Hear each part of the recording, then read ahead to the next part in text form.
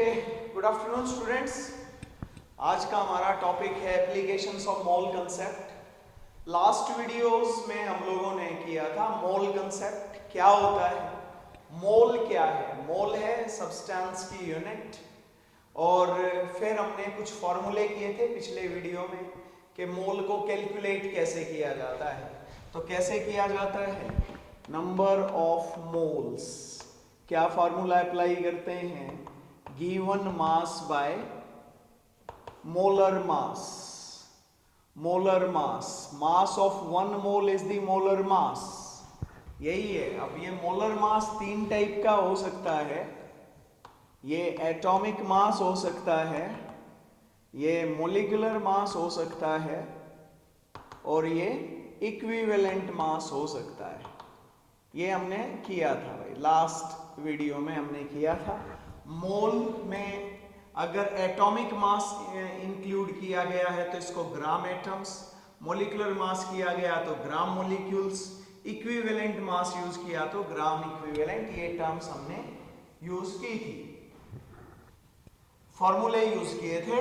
अब हमारा काम आता है एप्लीकेशंस ऑफ मोल कंसेप्ट। भाई मोल कंसेप्ट किया तो, पर इसको अप्लाई कैसे किए, ये अप्लाई से एप्लीकेशंस है। तो एप्लीकेशंस मतलब हाउ टू अप्लाई, कहां पे कैसे इसको अप्लाई करेंगे।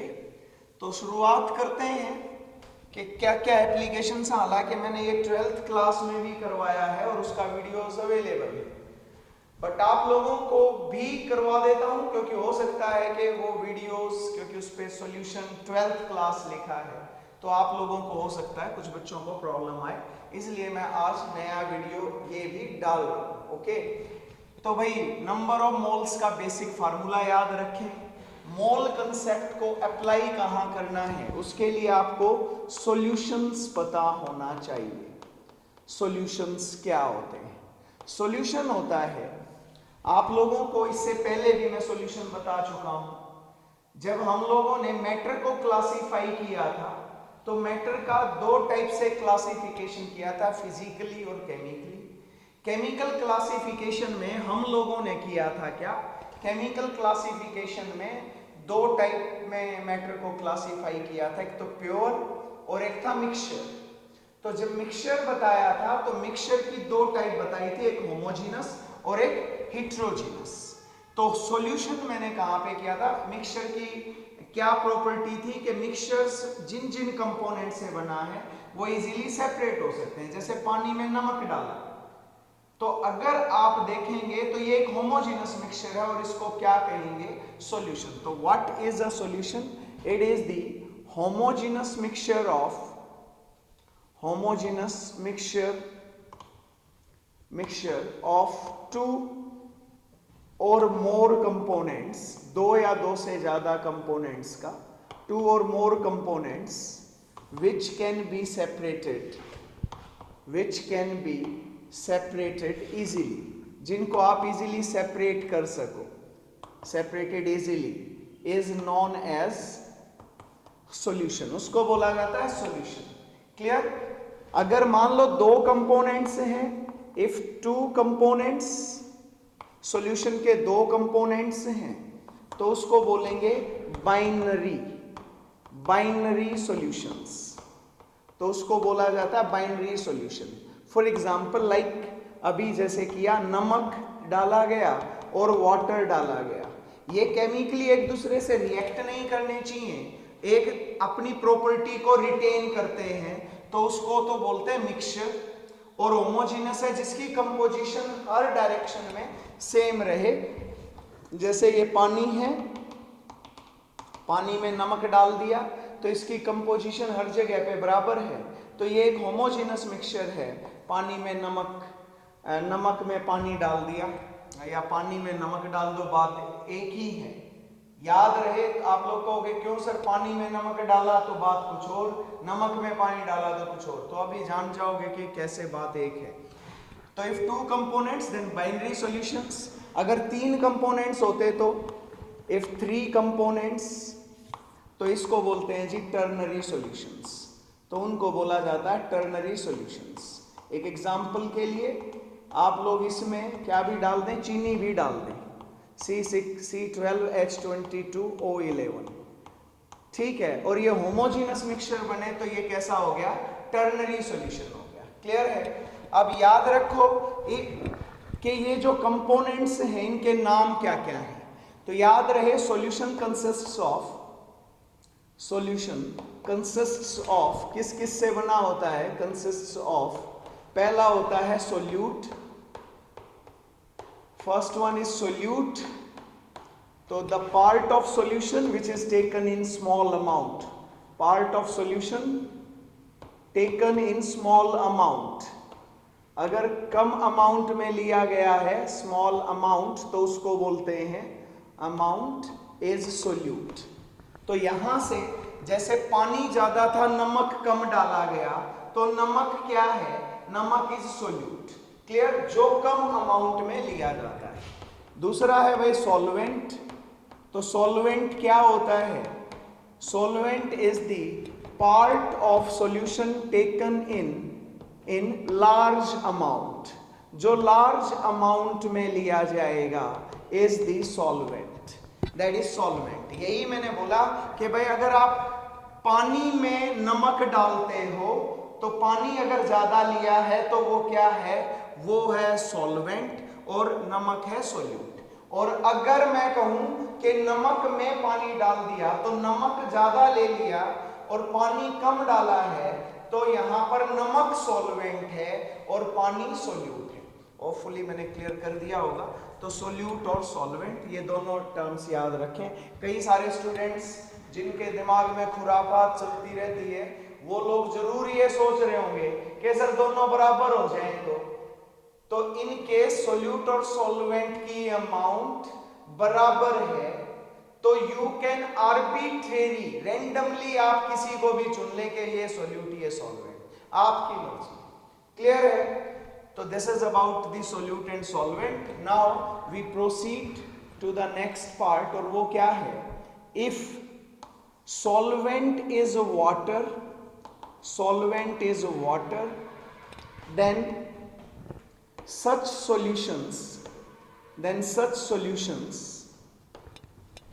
are known as, उनको बोला जाता है known as aqueous solutions, aqueous solutions। अगर सॉल्यूशन ऐसे बनाया कि उसमें सॉल्वेंट क्या है, वाटर, याद रहे मैंने बेसिक टर्म्स में बता रखा है एक्वा मीन्स होता है वाटर, घर में लगा रखा होगा ना आप सबने एक्वा गार्ड। एक्वा गार्ड मतलब पानी को गार्ड करने के लिए जो मशीन यूज कर रहे हो, एक्वा गार्ड। तो एक्वा मीन्स वाटर, तो एक्वा से आया एक्वस, एक्वस सॉल्यूशन। अगर पानी लिया गया है सॉल्वेंट तो उनको बोला जाता है क्या, aqueous solution. If solvent is other than water, is other than water, पानी के अलावा है, then such solutions are known as non aqueous solutions। तो उनको क्या बोलते हैं, non aqueous solutions। ठीक है, अगर पानी के अलावा कोई सॉल्वेंट है। क्लियर, याद रहेगा। तो ये आप लोगों को याद रखने हैं, मैंने जानबूझ के थोड़ा थोड़ा सा पार्ट बता दिया। अगर मान लो ऐसे समझते हैं इसको, the amount of solute, the amount of solute in solvent or solution, solvent या solution दोनों में डिफरेंस है। आप सॉल्यूशन बनाने के लिए सोल्यूट को सॉल्वेंट में डालोगे तो एक तो हम कहें कि भाई 2 लीटर पानी में 1 ग्राम नमक डाल दिया, तो यहां पर अमाउंट है सोल्यूट की, नमक सोल्यूट था, और जो वॉल्यूम ले लिया है वो किसका लिया, सॉल्वेंट का। और एक ये कहते भाई सॉल्यूशन में 2 ग्राम नमक है, तो यहां पर सॉल्यूशन में अमाउंट बता दी गई। तो the amount of solute in solvent और solution is known as concentration of solution, is known as concentration of solution. तो कंसंट्रेशन सॉल्यूशन का क्या होता है, कंसंट्रेशन का मतलब है कि किसी सॉल्यूशन में सोल्यूट की कितनी अमाउंट है, वो सोल्यूट में भी हो सकती है, वो सॉल्वेंट में भी हो सकती है। तो यही चीज आपको पढ़नी है यहाँ पे जो मैं बताने वाला हूँ। दीज मैं यहाँ पे अब लिख दूँ तो फाइनली जो मुझे पढ़ाना है, मैं नंबर ऑफ मोल्स को यही लिख रहा हूँ ताकि आपको इजीली याद रहे कि क्या अप्लाई करना है। तो मोल concept is widely used in representing the concentration terms of solutions की कंसंट्रेशन टर्म को रिप्रेजेंट करने में मोल कंसेप्ट बहुत यूज होता है। इसीलिए मैंने आपको सॉल्यूशन पहले बताया। सॉल्यूशन क्या होता है? होमोजेनस मिक्सचर है। जैसे नमक को पानी में डाल दो तो ये क्या बन गया? Homogeneous mixture. तो ये सॉल्यूशन है, तो इसमें नमक कम अमाउंट में था तो नमक सोल्यूट है, जो ज्यादा अमाउंट में था वो सॉल्वेंट है। अगर तो वाटर सॉल्वेंट है तो ये एक्वस सॉल्यूशन है, अगर वाटर नहीं है तो वो नॉन एक्वस सॉल्यूशन है। अगर सिर्फ दो ही कंपोनेंट हो, जैसे कि हमने ले लिया पानी और नमक, तो इनको बोलेंगे बाइनरी सॉल्यूशंस। आपको बाइनरी ही पढ़ने हैं, ठीक है? तो नाउ वी प्रोसीड अहेड, आगे चलते हैं। बहुत डिटेल में भी पढ़ना हो तो आप लोग मेरा वीडियो लेक्चर्स 12th क्लास के सॉल्यूशन यूनिट के देख सकते हैं, क्योंकि ये सारी बातें मैं वहां भी बता चुका हूं। Now I proceed with the mole concept. याद रहे मुझे क्या बताना है? कंसंट्रेशन में सोल्यूट की अमाउंट बतानी है, सॉल्वेंट या सॉल्यूशन में। तो हम लोग स्टार्ट करते हैं। सबसे पहली चीज है क्या? परसेंटेज। आप लोगों को यहां से शुरुआत कर रहा हूं और थोड़ा सा जल्दी जल्दी बताऊंगा, क्योंकि बहुत लंबी लंबी वीडियो बन जाती हैं। और मैंने ये नोटिस किया है कि कुछ स्टूडेंट्स जो हैं वो तो मेरे हिसाब से देख ही नहीं रहे हैं। अगर वीडियो देखोगे नहीं, अगली वीडियो समझ नहीं आएगी, पीछे वाली सारी वीडियो देखनी पड़ेगी तब समझ में आएगी। तो हर चीज एक दूसरे से रिलेटेड है। मैंने पहले ही साइंस की डेफिनेशन में बताया था कि साइंस मतलब सीक्वेंशियल स्टडी। सीक्वेंस बना हुआ है पिछले पार्ट का आगे वाले पार्ट से। अगर पीछे वाला मिस कर गए तो आगे वाला समझ नहीं आएगा, बाकी तुम्हारे ऊपर है। परसेंटेज, पर मीन्स होता है एवरी, और सेंट मीन्स होता है सेंचुरी। सेंचुरी से सेंट आया, दैट इज 100। तो दिस इज परसेंटेज। तो परसेंटेज क्या है? इट रिप्रेजेंट्स दी, अगर तुम लोग देखोगे मैं क्या बता रहा हूं, कंसंट्रेशन टर्म्स इन सॉल्यूशन, और कंसंट्रेशन टर्म्स में ही मोल कंसेप्ट अप्लाई होगा। ठीक है, आप लोग कंसंट्रेशन टर्म्स जान लो सारी, फिर मोल कंसेप्ट भी पता चलता जाएगा आप लोगों को। तो ये परसेंटेज, अगर कोई कह दे 10% NaCl सॉल्यूशन लिख दिया, तो ये मतलब पता होना चाहिए ये है क्या।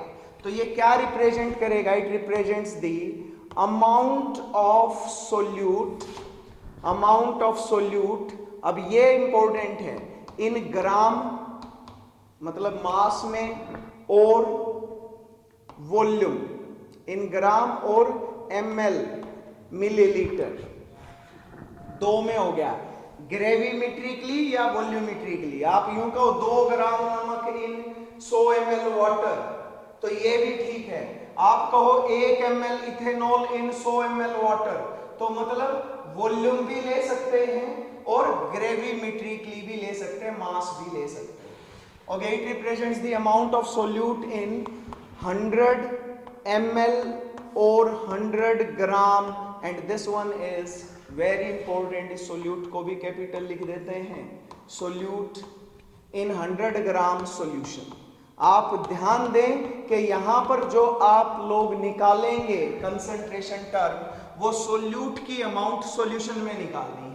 अमाउंट आप लोग ग्रेविमेट्रिकली मतलब मास में भी ले सकते हैं और वॉल्यूम में भी ले सकते हैं। मैंने ml लिखा है, ज्यादातर ml यूज होगा, लीटर भी ले सकते हैं। तो 100 ml या 100 ग्राम सॉल्यूशन में, ठीक है। तो ये अब इसके बेसिस पे कि कौन सी यूनिट यूज करोगे, मास की के वॉल्यूम की, इसके बेसिस पे percentage is further classified on basis of units of solute, unit of amount of solute and solution, percentage is further classified as,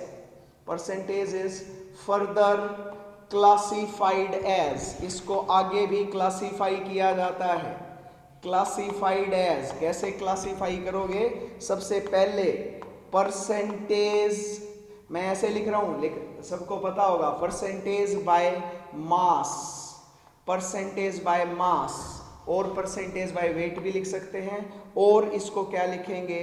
percentage in ऐसे लिखा मिलेगा आपको, m by m, mass by mass, और w by w, दोनों ही form में लिखा मिल सकता है, तो इसलिए don't get confuse.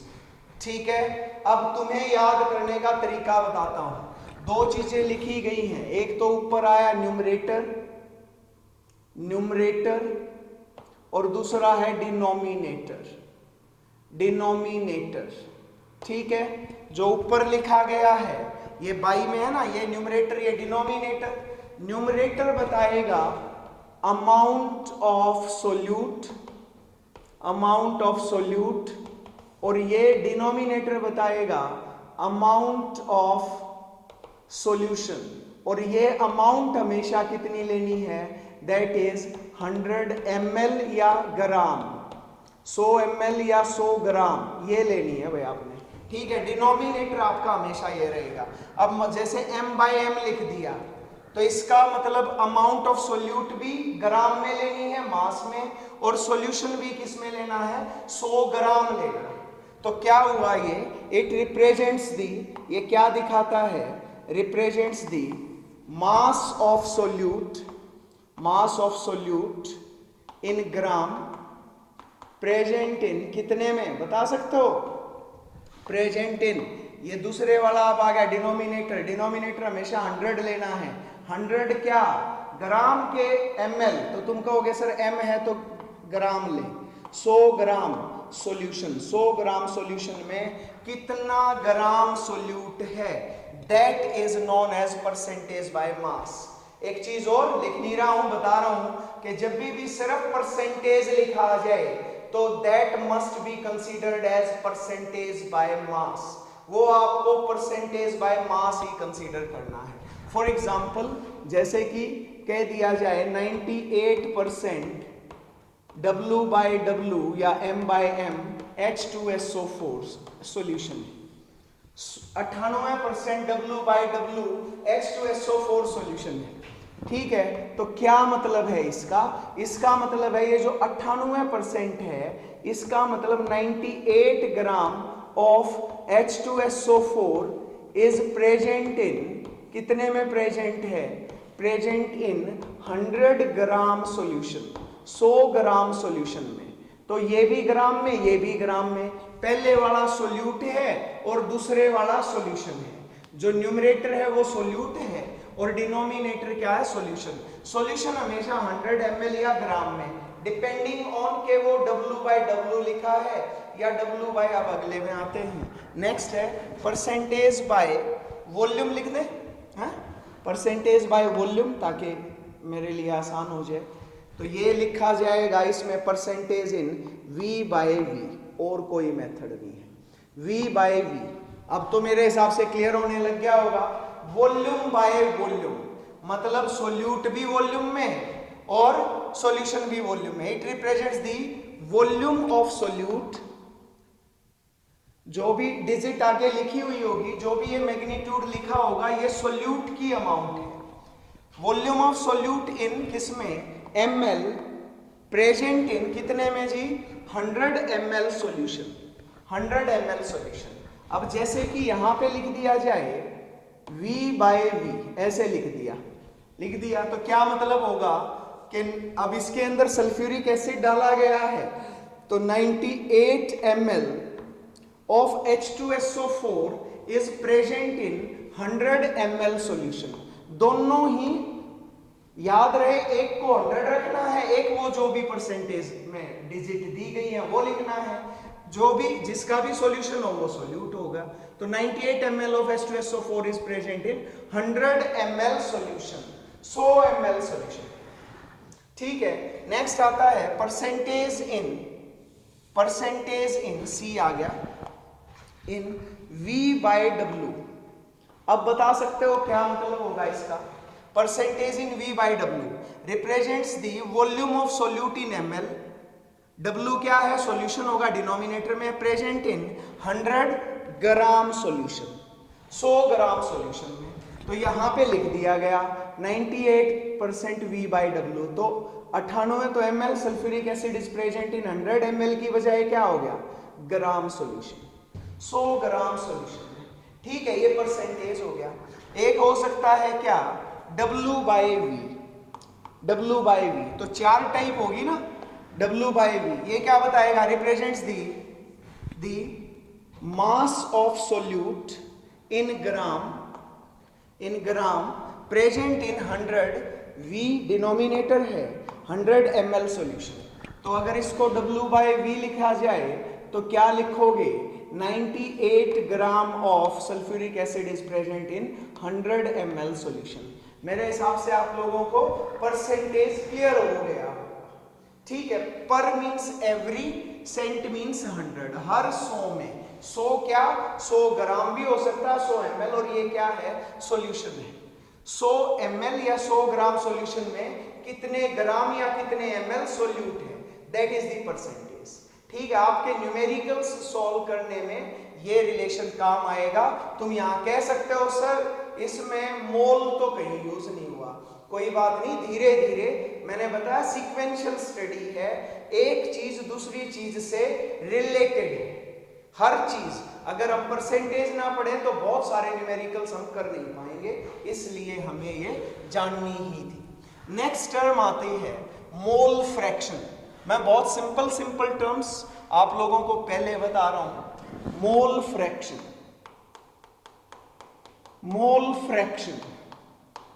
Mole fraction it is denoted by capital X से डिनोट करेंगे मोल फ्रैक्शन। अब नाम से ही पता चल रहा है फ्रैक्शन ऑफ मोल्स। अब ऐसे समझते हैं जैसे कि अपने पास 11th क्लास है, 11th क्लास में 50 बॉयज हैं और 40 गर्ल्स हैं, 50 बॉयज और 40 गर्ल्स, तो टोटल 11th क्लास में कितने बच्चे हो गए? 90 स्टूडेंट्स हो गए भाई। अब वो कह रहा है कि 90 स्टूडेंट्स में what is the ratio of girls की रेशियो क्या है? तो आप लोग इमीडिएटली बताओगे कि sir 40 divided by total students 90, so this is the fraction of girls, और अगर यही चीज मोल्स होती तो हम लोग उसको क्या बोल देते? फ्रैक्शन ऑफ मोल्स या फिर मोल फ्रैक्शन। क्लियर? मेरे हिसाब से मैंने क्लियर कर दिया आप लोगों को। तो क्या होगा fraction of moles? It is the fraction of number of moles of किस के? या तो सोल्यूट के, और लिखा है और मींस होता है या एक टाइम पे या तो ये लोगे या ये लोगे, और number of moles of solvent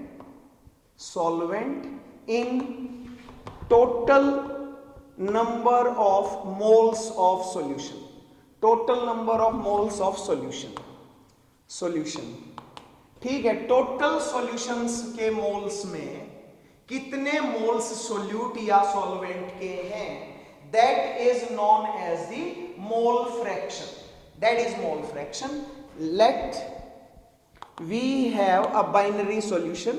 हम एक बाइनरी सॉल्यूशन है, बाइनरी बताया था अभी, बाइनरी सॉल्यूशंस, जो सॉल्यूशन सिर्फ दो चीजों से ही बना हो, दो ही कंपोनेंट से बना हो, जैसे नमक और पानी। Binary solutions, let we have a binary solutions consisting of Na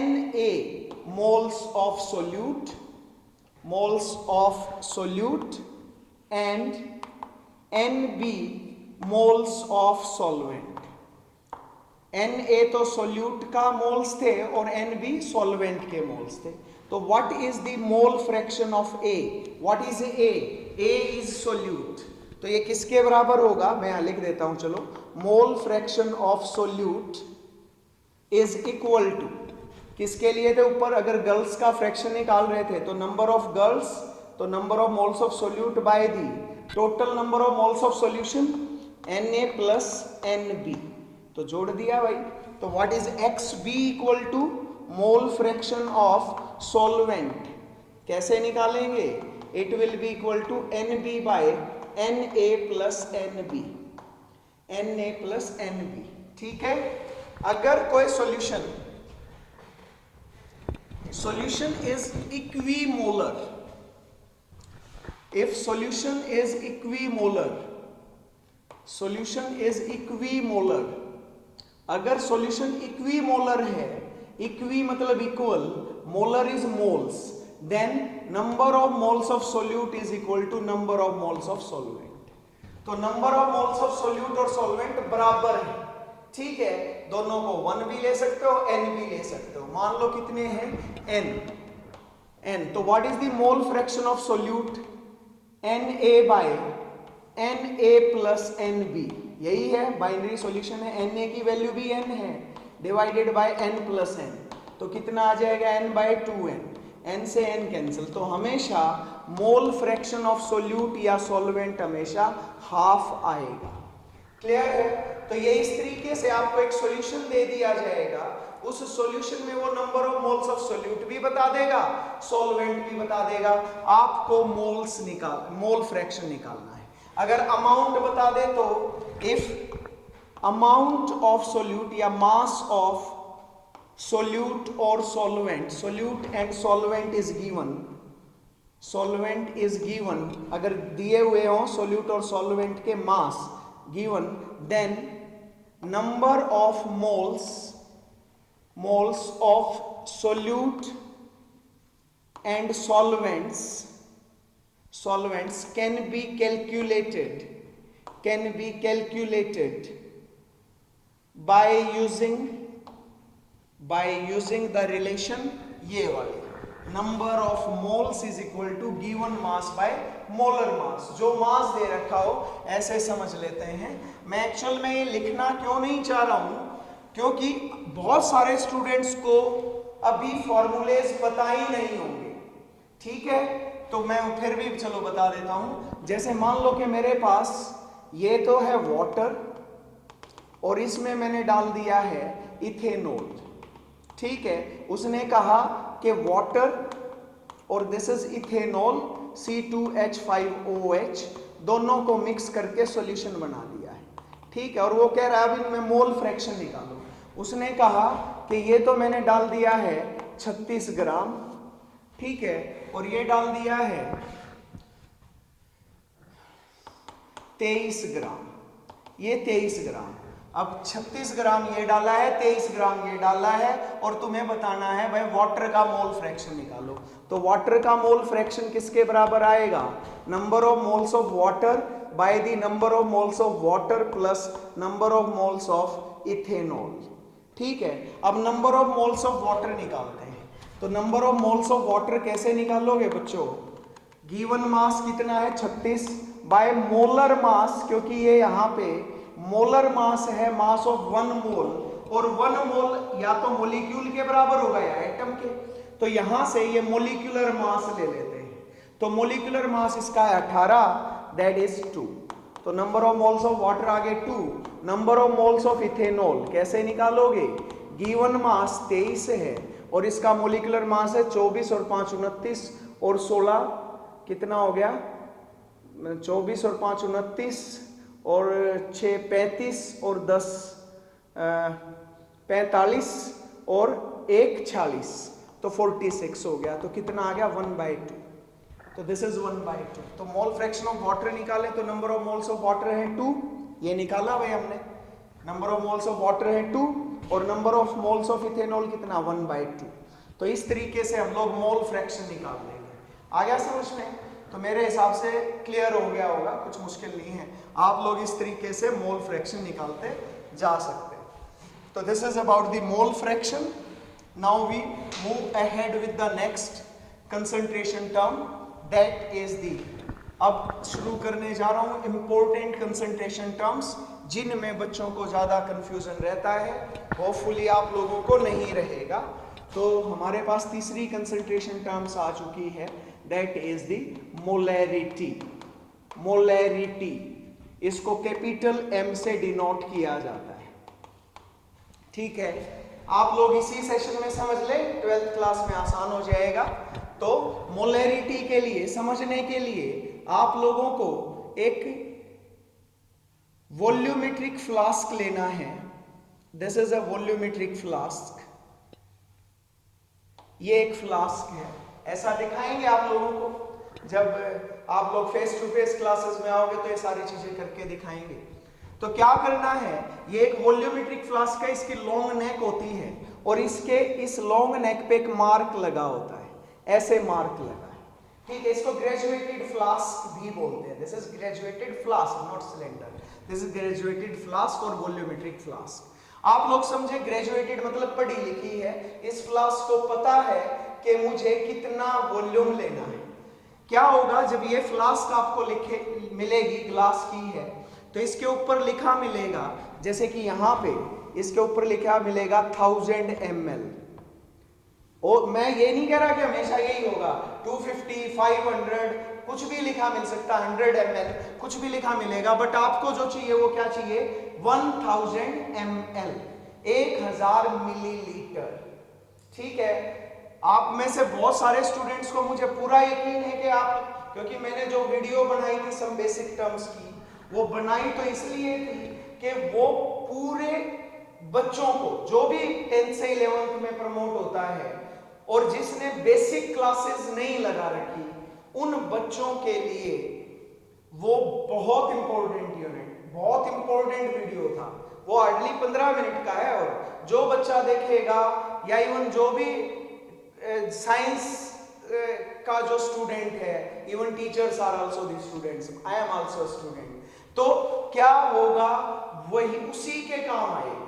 अब मैं बताऊंगा कैसे आएगी। तो उस पे लिखा है 1000 ml और आगे टेम्परेचर भी लिख देते हैं 25 डिग्री सेल्सियस। तो इतने टेम्परेचर पे अगर कोई भी लिक्विड इस पे डालोगे, लिक्विड डालना शुरू किया, ये लिक्विड से भरना शुरू कर रहा हूं भाई इस फ्लास्क को, जैसे ही इस फ्लास्क पे वो लिक्विड हमारा यहां तक पहुंचेगा, ये है ऐसे, यहां पे लिक्विड पहुंचेगा, जब उसको यहां पे टच करेगा तो इसका मतलब अब हमें समझ लेना भाई इसमें कितना आ गया, 1000 ml लिक्विड आ गया। इसका मतलब इसमें 1000 ml लिक्विड आ गया।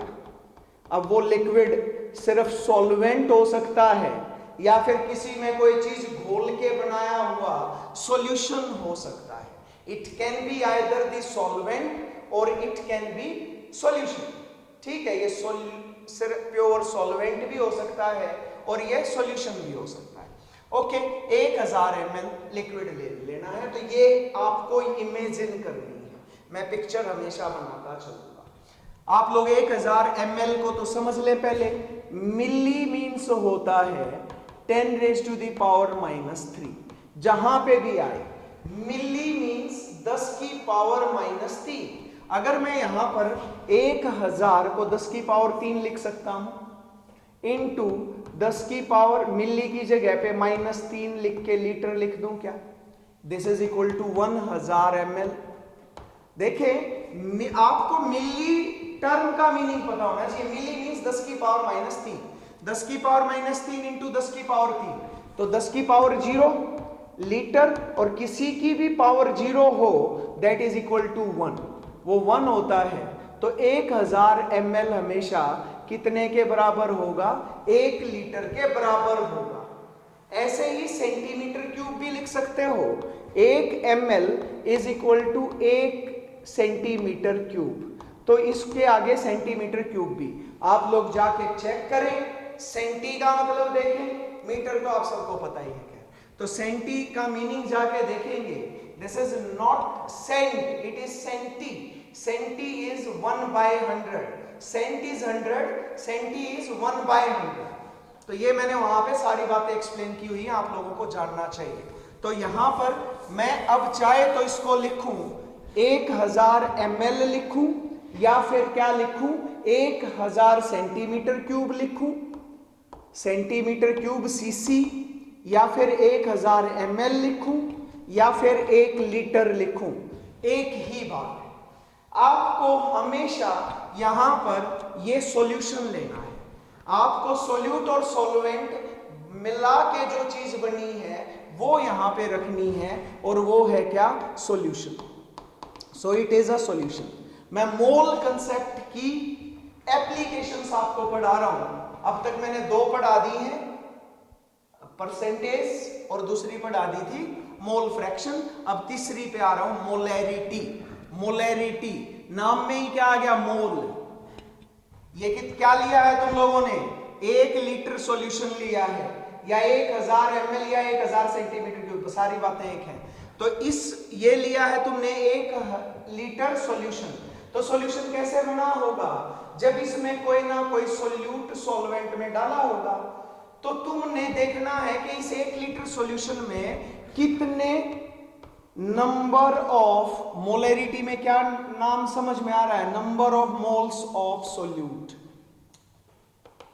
कंसंट्रेशन ऑफ सॉल्यूशन क्या थी, amount of solute in solution. Solution में सोल्यूट की कितनी अमाउंट है, दैट इज द कंसंट्रेशन।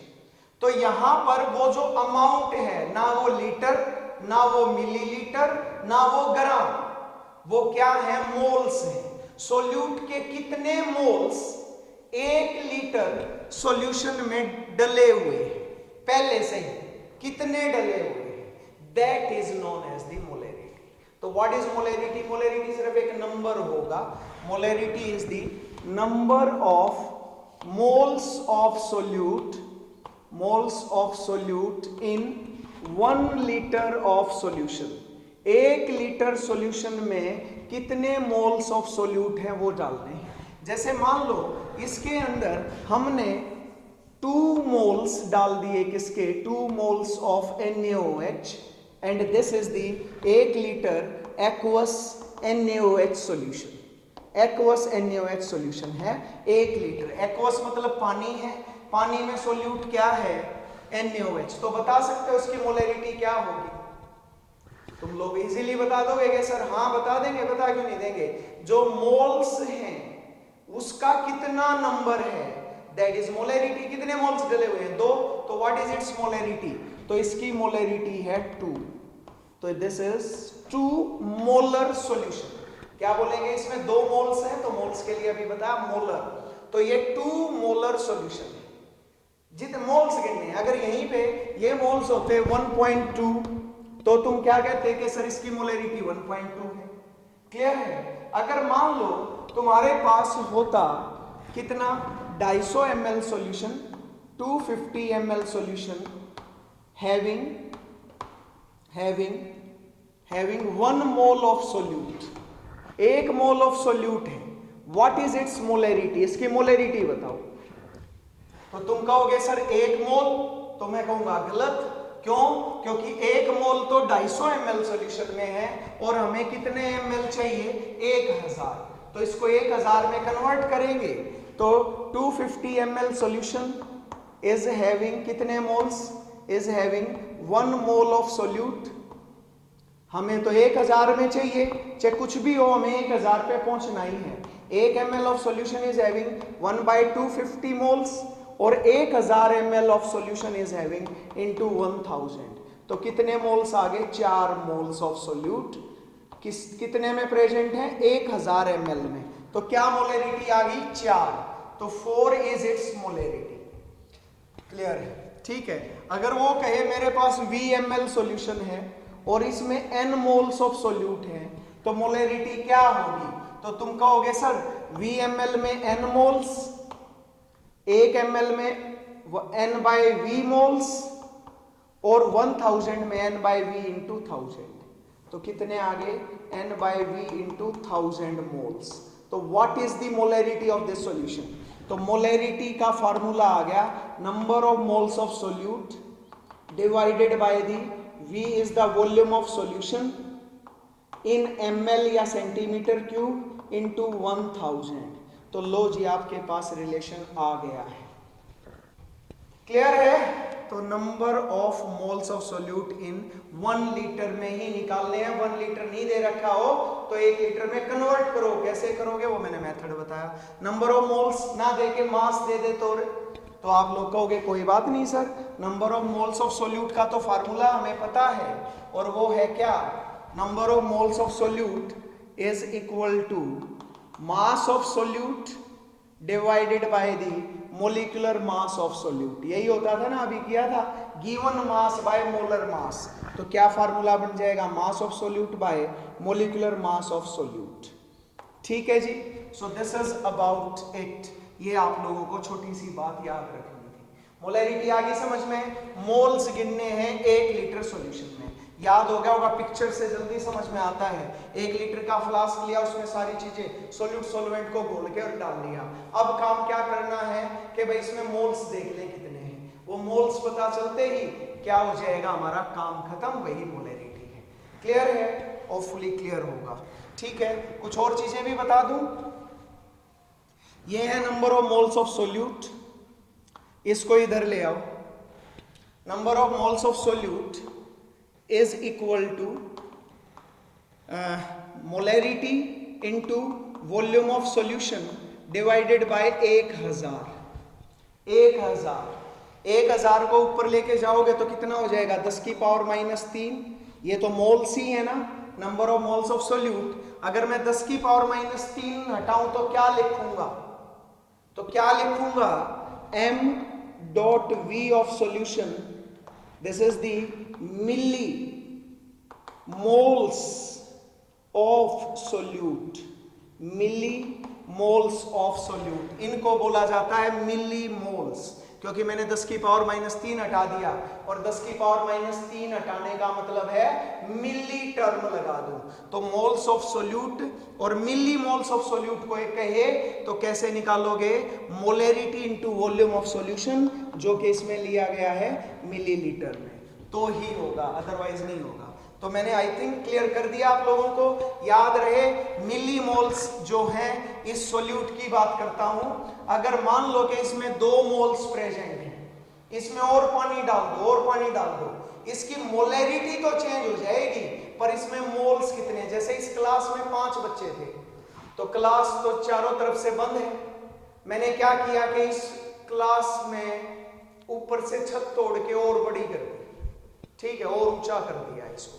तो क्या होगा? पानी भरा हुआ था और 5 बच्चे थे, पानी तो मैंने और भी भर दिया, पर क्या बच्चों की अमाउंट घट गई क्या? तो उनकी मोलैरिटी तो घट गई, मोल्स पर लीटर में वो तो चेंज हो गया, पर क्या मिली मोल्स जो थे, जो नंबर ऑफ मोल्स थे, 5 ही तो बच्चे हैं, वो 1 लीटर नहीं है। 1 लीटर में अगर आते मोल्स तो वो तो है मोलैरिटी, बट मिली मोल्स तो टोटल नंबर ऑफ मोल्स ही हैं। 5 ही बच्चे रहे, चाहे वो इस क्लास में ले लो, चाहे इस क्लास को डबल कर दो, चाहे ट्रिपल कर दो। मैंने बच्चे नहीं और ऐड किए हैं, सिर्फ और सिर्फ इसका साइज बढ़ाया है। तो वो है क्या? मिली मोल्स, वो हमेशा फिक्स रहते हैं। तो this is the first term, molarity नाम से समझ जाना, मोल निकालने हैं भाई। नेक्स्ट आती है normality. 4th concentration term is normality. Normality, it is denoted by capital N। तो बच्चों कई बातें बतानी है मुझे तुम लोगों को। याद रहे कि जनरली वीडियोस बहुत छोटे छोटे बनाए जाते हैं, हम लोग पूरा वीडियो बना रहे हैं। हम एक्चुअल में बच्चों को ये बताना चाहते हैं कि भाई हम लोग जितना यहाँ अभी पढ़ा रहे हैं वीडियो में, इससे भी ज्यादा पढ़ाएंगे, बट एटलीस्ट आपको इतनी सीटिंग एक लेक्चर की देनी ही देनी पड़ेगी। हालांकि अभी हम लोग बहुत प्रिसाइज हैं, सिर्फ और सिर्फ जो पढ़ाना वही पढ़ा रहे हैं। जब आप क्लास में आओगे तो बहुत एग्जाम्पल्स दिए जाएंगे, बहुत प्रैक्टिकली डेमोन्स्ट्रेशंस दिए जाएंगे, और हमें पता भी चलेगा कि किस बच्चे की क्या प्रॉब्लम चल रही है। तो आप लोग इस जो हमारी क्लासेस हैं, ये देखो कि आप लोग इतना सीटिंग कर सकते हो कि नहीं। हम लोग नहीं चाहते कि कई ऐसे बच्चे आ जाएं, वो ऐसी खरपतवार आ जाए यहाँ पे, जिसके लिए हम पूरा सेशन दुखी रहें। हम नहीं चाहते ऐसे बच्चे। हम सिर्फ वो बच्चे चाहते हैं जो डेडिकेटेड, हमें नहीं बहुत ब्रिलियंट बच्चा चाहिए, हमें सिंसियर और हार्ड वर्किंग स्टूडेंट्स चाहिए। हम लोग रिजल्ट की रिस्पॉन्सिबिलिटी तब ले सकते हैं अगर बच्चा हमारे अकॉर्डिंग पढ़ता है तो। जैसा कि हमारा पिछला रिजल्ट आप लोगों में से कईयों ने तो देखा होगा, बट जिनको नहीं पता, जो बाहर के हैं, आउटसाइड गोहाना के जो हैं, उन बच्चों को जरूर मैं ये बताना चाहूंगा कि हमारी एकेडमी का रिजल्ट बहुत शानदार रहता है।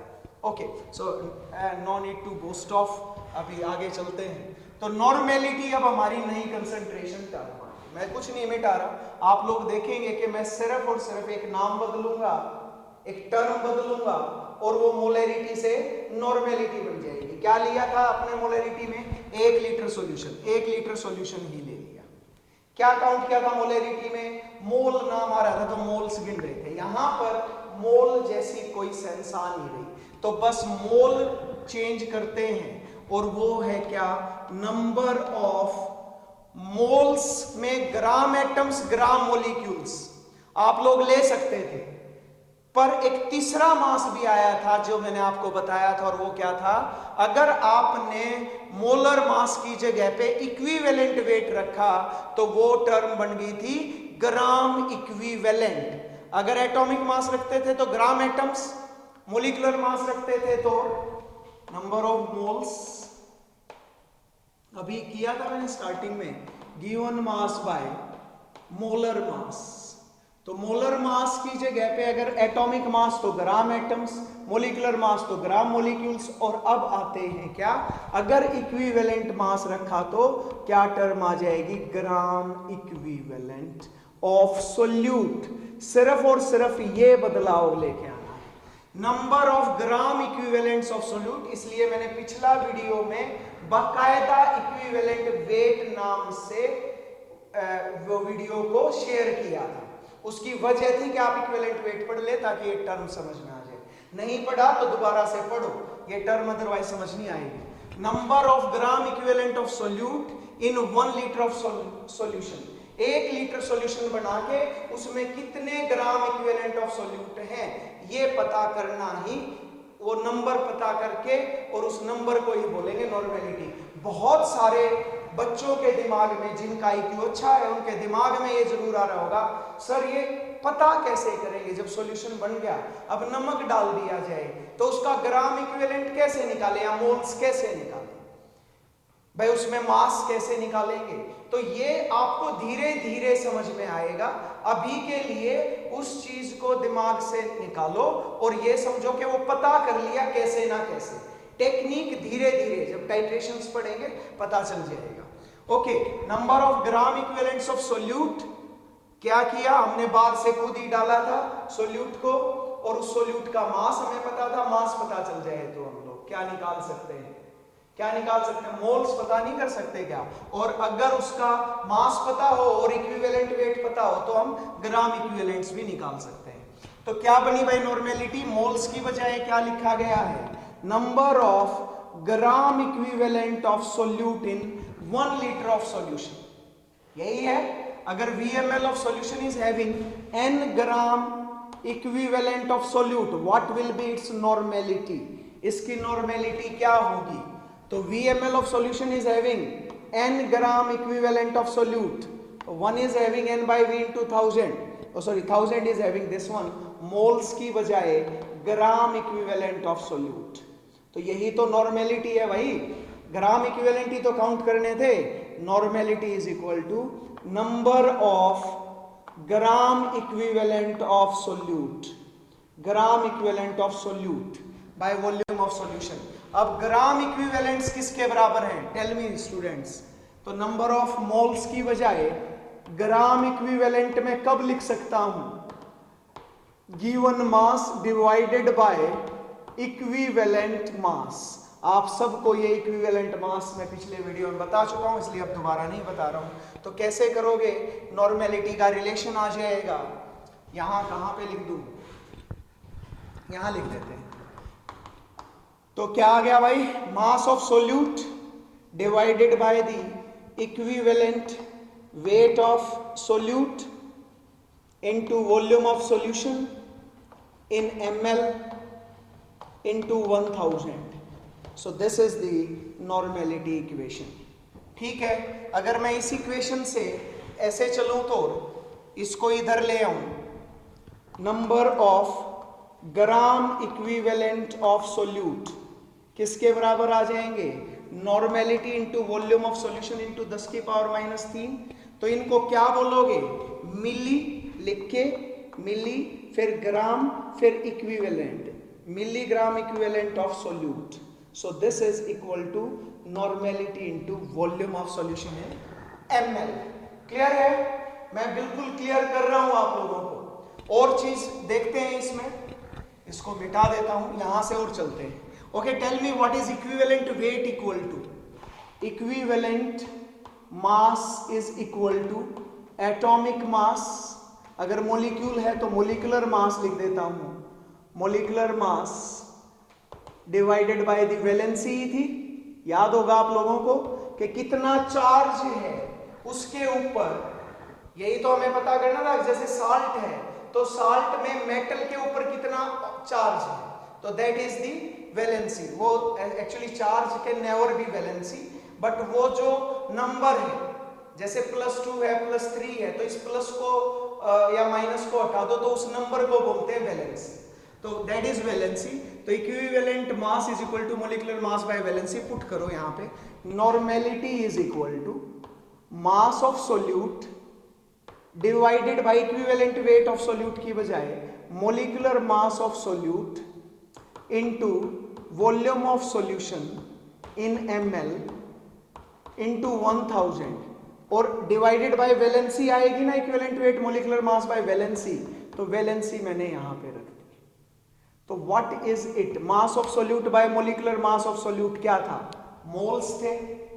तो normality is equal to valency into, इसको number of moles of solute बोल देते हैं, ग्राम इक्विवेलेंट नहीं बोल रहे, by the volume of solution in ml into 1000। What is it, आप लोग इमीडिएटली बता दोगे सर ये तो मोलैरिटी है। तो what is the relation between normality and molarity, तो normality is equal to valency into molarity. So this is the relation. ये भी आप चाहें तो याद कर सकते हो, नहीं तो छोड़ भी दो। अभी के लिए तो आपको बेसिक सी डेफिनेशंस आनी चाहिए कि नॉर्मेलिटी क्या है। अगर ग्राम इक्विवेलेंट सोल्यूट के काउंट कर रहे हैं 1 लीटर सॉल्यूशन में, तो वो तो है क्या, नॉर्मेलिटी। और अगर मोल्स ऑफ सोल्यूट काउंट कर रहे हैं 1 लीटर सॉल्यूशन में, तो उसको बोला जाता है मोलैरिटी। क्लियर, होपफुली क्लियर हो गया होगा, नहीं तो दोबारा सुनते रहो जब तक क्लियर ना हो जाए। नेक्स्ट इज दी मोलैलिटी, 5वीं टर्म आ रही है अब हमारे पास, मोलैलिटी। मोलैलिटी को स्मॉल m से दिखाते हैं, वो थी मोलैरिटी, मोलर मतलब मोल्स, यहां भी मोल तो है, मोलैलिटी। अब क्या करना है आप लोगों ने, इक्विवेलेंट वाली बात सिर्फ नॉर्मेलिटी में याद रखेंगे, बाकियों में याद रखने की जरूरत नहीं है। अब क्या करो भाई, इसमें से ये गिरा दो ये सारा सॉल्यूशन को बाहर फेंको। अगर उस सॉल्यूशन से में मोल निकाल रहे थे 1 लीटर में तो मोलैरिटी, ग्राम इक्विवेलेंट निकाल रहे थे तो नॉर्मेलिटी। याद रहे मोलैरिटी और नॉर्मेलिटी में एक ही डिफरेंस है, मोलैरिटी में आप मोलिकुलर मास यूज कर रहे हो और मोल्स में आप मोलिकुलर मास यूज कर रहे हो और ग्राम इक्विवेलेंट में इक्विवेलेंट वेट यूज कर रहे हो, बाकी कोई डिफरेंस नहीं। अब क्या करो, इसको फेंको, सॉल्यूशन को फेंको और इसमें प्योर पानी भर लो। अब पानी भर लो, अब सॉल्यूशन नहीं लेना, क्या लेना है, पानी लेना, और पानी का भी वॉल्यूम नहीं लेना। अभी तक क्या ले रहे थे, 1000 ml, नहीं अब छोड़ो, अब तोल लो।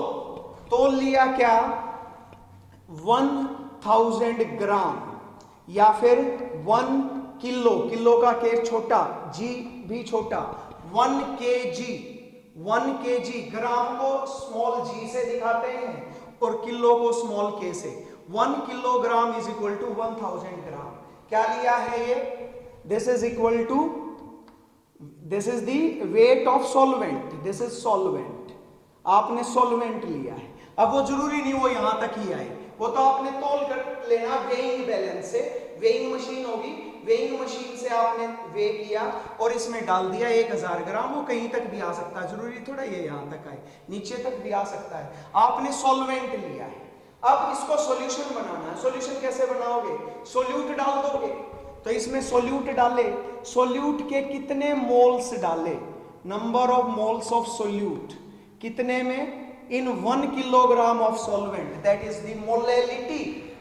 मोलैलिटी में क्या था, number of moles of solute ही थे, पर वहां पर क्या लिया था 1000 ml मतलब वॉल्यूम, और यहां क्या ले रहे हो 1000 किलोग्राम, वहां क्या लिया था सॉल्यूशन, यहां क्या ले रहे हो सॉल्वेंट। तो 1000 ग्राम सॉल्वेंट में कितने मोल्स ऑफ सोल्यूट हैं, दैट इज मोलैलिटी। तो what is molality, number of moles of solute in 1000 gram of solvent में 1000 ग्राम सॉल्वेंट में कितने मोल्स ऑफ सोल्यूट है, बस वो मोल्स ही गिनने, दैट इज द मोलैलिटी।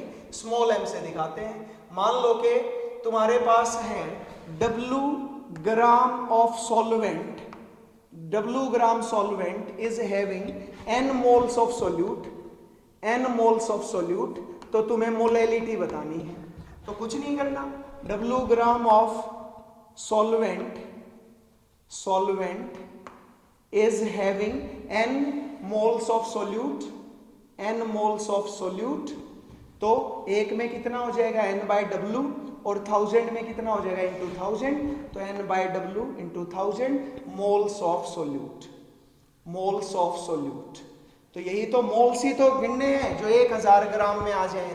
तो मोलैलिटी का फार्मूला क्या बन गया, molality is equal to number of moles of solute divided by the weight of solvent in grams into 1000। और नंबर ऑफ मोल्स निकालते कैसे हैं, आपको पता है, मास बाय मोलिकुलर मास। तो मोलैलिटी आ गई mass of solute divided by the molecular mass of solute into weight of solvent, किस में लेना है, in grams, then multiply with 1000। अगर किलो में दे रखा हो तो 1000 से गुना करने की जरूरत नहीं है। Okay, so this is about the molality. तो 3 टर्म्स बता दी मैंने, मोलैलिटी में भी मोल्स पर 1 लीटर सॉल्यूशन में, नॉर्मेलिटी में भी मोल्स पर नाम बदल गया, gram equivalents of solute in 1 litre, तो ये तो एक जैसी ही होगी। अब आगे तीसरी टर्म मोलैलिटी। मोलैलिटी में हम सॉल्वेंट में सॉल्यूशन की अमाउंट निकालते हैं, सॉल्वेंट भी ग्राम में लेना है, ठीक है, मतलब ग्रेविमेट्रिक लेना है, तो that is the molality. Next concentration term आती है भाई मास फ्रैक्शन। मास फ्रैक्शन, बस मेन जो थी मोल कंसेप्ट की तो ऑलमोस्ट सारी बातें हो ही गई, बट अब फटाफट से बता देता हूं मास फ्रैक्शन, ये तुम्हें आगे काम आएगा, इसलिए मास फ्रैक्शन MF से लिख देते हैं। Mass fraction the amount of solute और सॉल्वेंट इन ग्राम्स, ग्राम्स में ही, present in total mass of solution, total mass of solution is known as mass fraction, उसको बोला जाता है mass fraction। तो what is mass fraction, let solution is consisting of, नाम से ही पता चल रहा है, फ्रैक्शन ऑफ मास, पहले मोल का फ्रैक्शन ले रहे थे, ये मास का फ्रैक्शन है। let solution is consisting of MA gram of solute and MB gram of solvent। तो what is the mass fraction of solute का mass fraction किसके बराबर आएगा, mass of solute by the total mass of solution, MA plus MB, ठीक है। Percentage में निकालो तो 100 से गुना कर देना, ठीक है। सो this is about the mass fraction, आप लोगों को ऐसे पता होना चाहिए। 6th कंसंट्रेशन टर्म है पार्ट्स पर मिलियन।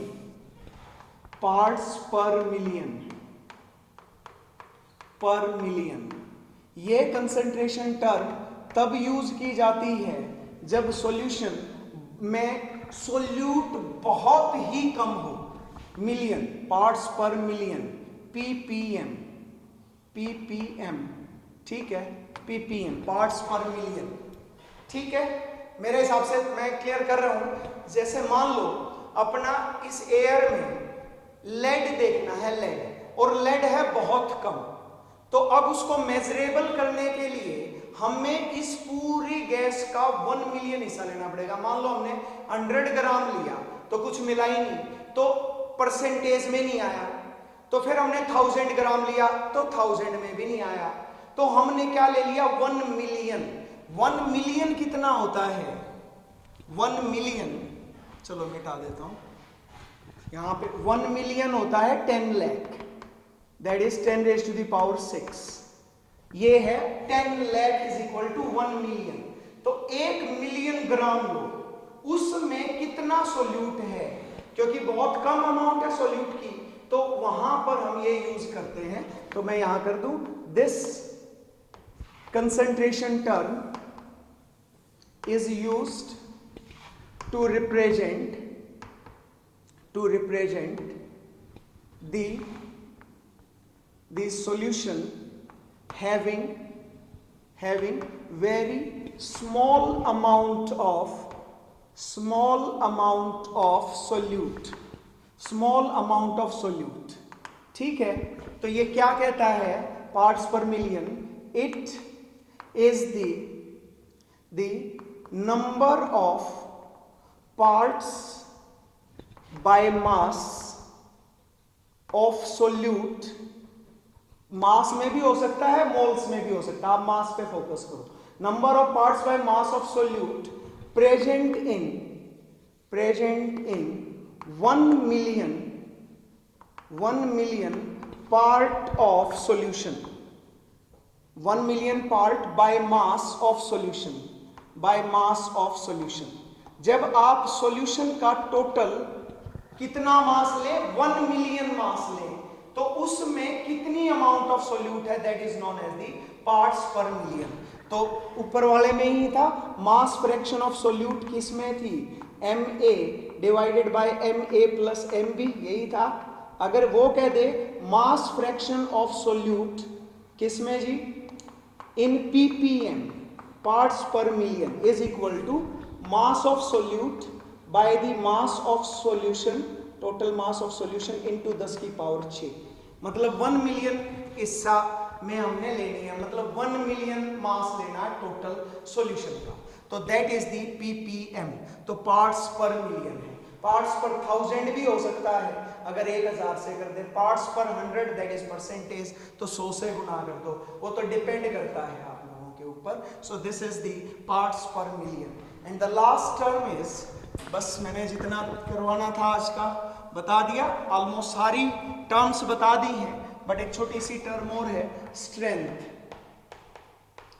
स्ट्रेंथ है तो छोटी बिल्कुल नहीं, बट थोड़ा सा फास्ट बताऊंगा।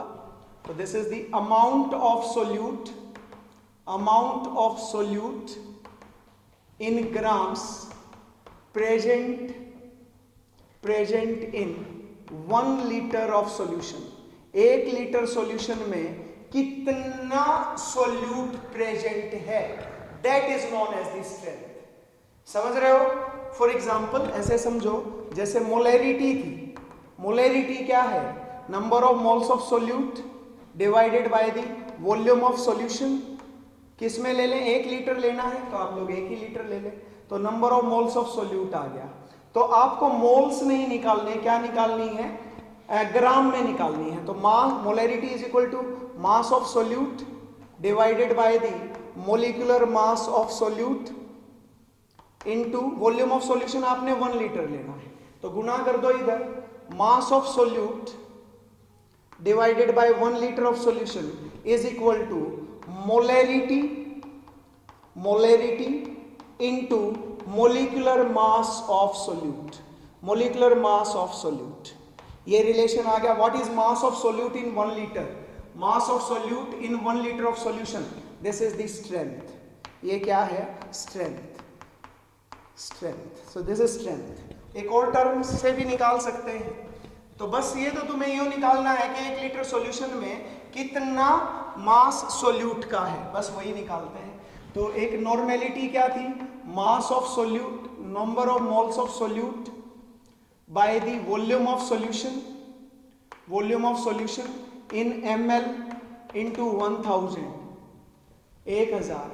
तो मास of solute divided by the molecular mass of solute, गलत लिख दिया, मास ऑफ सोल्यूट की बजाय क्या लिखेंगे, equivalent weight of solute, solute into volume of solution कितना लेके चलना हमने, वॉल्यूम ऑफ सॉल्यूशन लेना है 1 लीटर, तो 1000 से गुना करनी ही नहीं, या 1 लीटर की बजाय 1000 ले ले इंटू 1000, तो वॉल्यूम ऑफ सॉल्यूशन 1 लीटर कह दो या फिर 1000 मिलीलीटर कह दो, ऊपर मैं एक्सप्लेन कर चुका हूं, तो 1000 से 1000 कैंसिल हो जाएगा। तो क्या आ जाएगा, mass of solute divided by the 1 litre is equal to normality into equivalent weight of solute, equivalent weight of solute. What is mass of solute in 1 litre, that is strength, तो strength किसके बराबर है, normality into equivalent weight of solute, equivalent weight of solute, ये है जी आपका, और या फिर molarity into molecular mass of solute, molecular mass of solute. तो ये स्ट्रेंथ का रिलेशन है, आपको याद रखना चाहिए। सो this is all about the concentration terms. मैंने ऑलमोस्ट सारी कंसंट्रेशन टर्म्स आप लोगों को बता दी हैं, आप लोगों को याद रखनी है। मैं कंक्लूड कर रहा हूं ताकि आप लोगों को सबकी यूनिट्स बता पाऊं, तो मैं यहाँ पर कंक्लूड कर रहा हूँ। होपफुली अब ज़्यादा समझ में आएगा आप लोगों को, क्योंकि अभी तक बेसिक टर्म्स पहली बार पढ़ रहे हैं स्टूडेंट्स, तो मुश्किल होता ही है। तो क्या पढ़ा रहे थे, concentration terms, concentration terms of solution, solution की कंसंट्रेशन टर्म्स। तो सबसे पहली कौन सी पढ़ी थी भाई हमने, सबसे पहली कंसंट्रेशन टर्म थी परसेंटेज, परसेंटेज, परसेंटेज। तो ये किस में हो सकती थी, W by W, V by W, W by V और V बाय V, ठीक है। जो न्यूमरेटर है amount of solute, amount of solute, और ये बता रहा है 100 ml और ग्राम सॉल्यूशन, आप लोग इजीली बता देना, वही यूनिट आ जाएगी।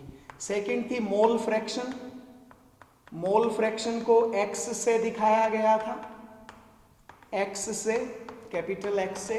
तो number of moles of solute by the number of moles of solution, तो नो डायमेंशंस, तो इसकी कोई भी यूनिट है ही नहीं, इट इज यूनिटलेस, क्योंकि मोल बाय मोल इज नथिंग। तो थर्ड वन इज दी, क्या पढ़ी थी हमने, मोलैरिटी, मोलैरिटी। तो मोलैरिटी क्या थी, कैपिटल M से दिखाया था, number of moles of solute in 1 litre of solution, volume of solution in ml into 1000, यही था। तो इसकी यूनिट क्या है, मास, सॉरी मोल, MOL, और इसकी यूनिट लेनी है लीटर में, पर लीटर, तो इसकी यूनिट आ जाएगी मोल पर लीटर, ठीक है। फोर्थ आया था नॉर्मेलिटी, नॉर्मेलिटी थी number of gram equivalents of solute, solute divided by the volume of solution in litre ही लिख दूं क्या, 1000 से गुना करने की जरूरत ही नहीं, क्योंकि ये खुद ही 1 लीटर हो गया। तो किसकी यूनिट क्या आ गई, ग्राम इक्विवेलेंट पर लीटर, ठीक है। Molality, fifth is molality, molality number of moles of solute divided by weight of solvent, gram में लिखोगे तो 1000 से गुना करना, मैं किलोग्राम ही लिख देता हूं। तो क्या यूनिट आ गई, मोल पर किलोग्राम, मोल पर किलोग्राम, ओके। सिक्स्थ क्या थी भाई, मास फ्रैक्शन, मास फ्रैक्शन। तो मास फ्रैक्शन क्या था, ठीक ही है ना, चल रहा है, मास फ्रैक्शन MF से लिख देते हैं, मास फ्रैक्शन, तो मास of solute by the total mass of solution, ठीक है। तो ये हो गया। तो इसकी यूनिट क्या आएगी, मास बाय मास है तो यूनिटलेस है। तो सातवां आ गया क्या, मास फ्रैक्शन के बाद आया था पार्ट्स पर मिलियन, ppm। तो ये क्या था, मास of solute by the total mass of solution into 10⁻⁶, तो अगेन डायमेंशनलेस। और आठवां था स्ट्रेंथ, स्ट्रेंथ क्या थी, अमाउंट ऑफ सोल्यूट या फिर weight of solute divided by the volume of solution in litre, और ये कितना लेना है, this is equal to 1 litre, 1 litre में तो क्या आएगा, वेट की यूनिट है ग्राम पर लीटर, तो ये है इसकी यूनिट। तो ये हमने कुछ कंसंट्रेशन टर्म्स सॉल्यूशन की पढ़ी थी जो आज का हमारा काम था। होपफुली जब मैं रिवाइज करवा रहा था, इस पूरे को कंक्लूड कर रहा था, तो शायद बच्चों आप लोगों को आइडिया हो गया होगा।